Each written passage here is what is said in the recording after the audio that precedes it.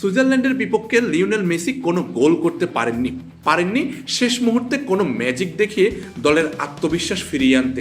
তারপরও মেসি ছিলেন, শুধু থাকাই নয়, রেকর্ডও এসেছে তার পা থেকে। বিশ্বকাপ শুরুর পর থেকে রাউন্ড অফ 16 পর্যন্ত যে ছেলেটা টানা 9 ম্যাচে গোল করে এসেছিল, আজ তার পায়ে কোনো গোল নেই। অথচ মাঠ ছাড়ার সময় লিওনেল মেসির নামটাই সবচেয়ে বড় হয়ে থাকলো স্কোরবোর্ডে।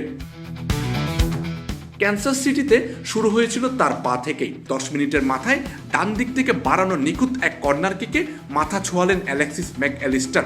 সেন্সিটিভিটি আমার নাই, আছে হোয়াইট প্লাস প্রো সেন্সিটিভ। দাঁতের সেন্সিটিভিটি ভুলে খান মন খুলে।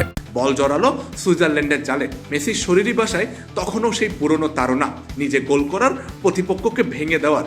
কিন্তু গোটা ম্যাচে 4 বার প্রতিপক্ষের গোলমুখে শট নিয়েও জাল খুঁজে পাননি এবার।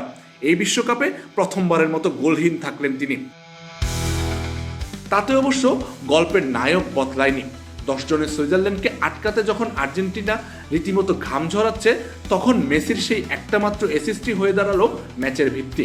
বাকিটা সারলেন হুলিয়ান আলভারেজ আর লাউতারো মার্টিনেস। অতিরিক্ত সময়ে জোড়া গোলে জবনিকা টানলেন লড়াইয়ের। সবচেয়ে অবাক করা ব্যাপার হলো 39 পেরোনো একজন ফুটবলার এখনও প্রতিটা ম্যাচে দলের আক্রমণের প্রাণভোমরা হয়ে থাকেন। গোল না পেলেও প্রতিপক্ষের রক্ষণকে টানতে থাকেন নিজের দিকে, আর সেই ফাঁকেই সুযোগ তৈরি হয় সতীর্থদের জন্য। আজকের ম্যাচে সেটাই আরেকবার প্রমাণ হলো। মেসি গোল না করলেও আর্জেন্টিনার আক্রমণ থেমে থাকে না, বরং তিনি সেই সুতোটাই ধরে রাখেন যা দলকে জয়ের দিকে টেনে নিয়ে যায়।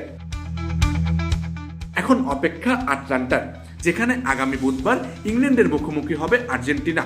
প্রশ্ন একটাই, ফাইনালের পথে এই যে ধকল সইছে শরীরটা, শেষ পর্যন্ত কতদূর টেনে নিতে পারবে সে নিজের কিংবদন্তিকে। আমজাদ হোসেন আবির, খেলা 71।